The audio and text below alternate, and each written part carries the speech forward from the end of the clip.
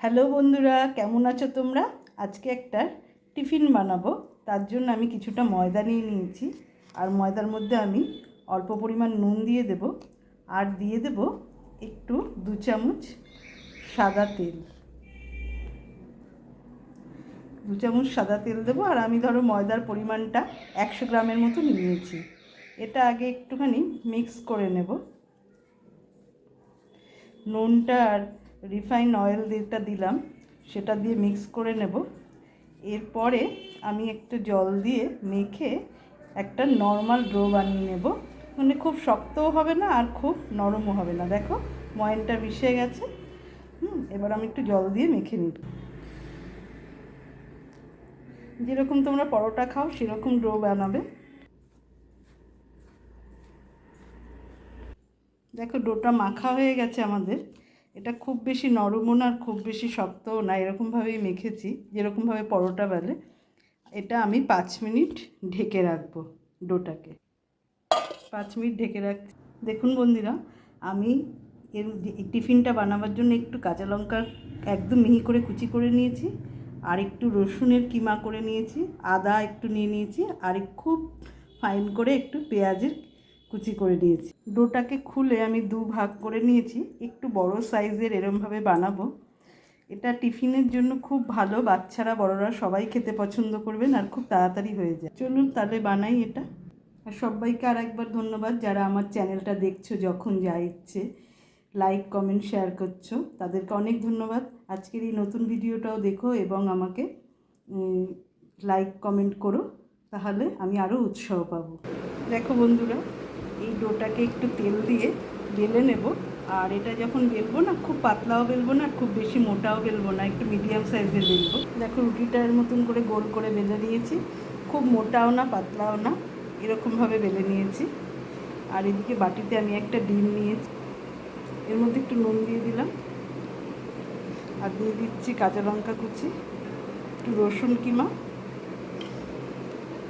একটু আদা কিমা, আর একটু পেঁয়াজ কুচি।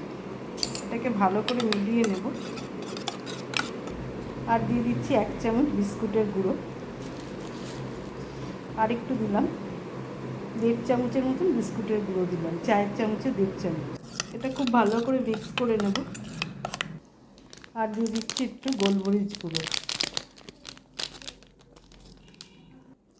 এটা মিক্স করে নিই।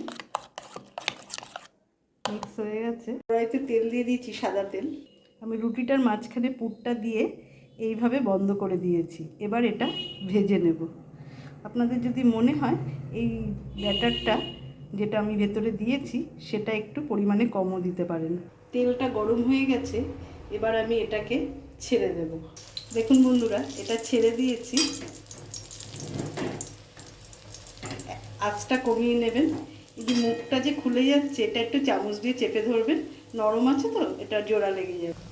এরকম একটা কাঁটা চামচের সাহায্যে এইভাবে এটাকে একটু চেপে দেবেন। দেখুন লেগে যাচ্ছে, এটা আর বেরিয়ে আসবে না। যদিও তেলে দেওয়ার সঙ্গে সঙ্গে ওটা শক্ত হয়ে যায়।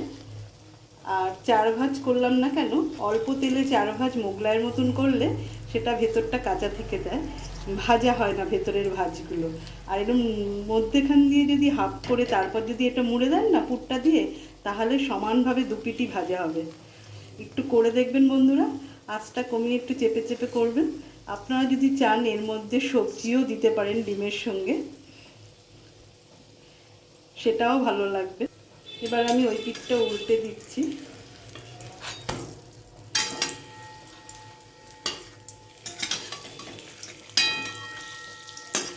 এখনও এটা পুরোপুরি হয়নি, কিন্তু আমি আগেই উল্টে দিলাম যাতে ওই পিঠটাও এরকম হালকা ভাজা হয়ে যায়।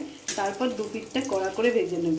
আর এটা মোগলাইয়ের শেপের থেকেও এটা বেশি তাড়াতাড়ি হয় আর বেশি মুচমুচে হয়, কেন যেহেতু এটা ফোল্ড করে 2 ভাঁজ করা। আর আপনারা দেখতে পাচ্ছেন সাইজটা এত ভালো হয়েছে, বাচ্চাদের তো একটাতেই পেট ভরে যাবে। অনেক বাচ্চারা পুরোটা খেতেও পারবে না। একটু চেপে চেপে দেবেন, যেহেতু এটা ময়দা একটু ফ্রাই হলেই। এইবার 2 পিঠে যখন হালকা ভাজা হয়ে গেছে, এবার একটু মিডিয়াম ফ্লেমে এটা ভেজে নেবেন। আর ফোল্ড করে 2 ফোল্ড করে ভাজলে না, ভেতরের যে আমি পুরটা দিয়েছি ডিম, বিস্কুটের গুঁড়ো, তারপরে পেঁয়াজ টেয়াজ, এগুলো খুব ভালোভাবে বয়েল হয়ে যাবে আর খেতে ভীষণ টেস্ট লাগবে। বাচ্চারাও খুব ভালোবাসবে, এইভাবে করে দেবেন। আমার যারা বন্ধুরা, যারা যখন যা ইচ্ছে চ্যানেলটা দেখছো আমার এবং লাইক কমেন্ট করছো, তাদেরকে অনেক ধন্যবাদ।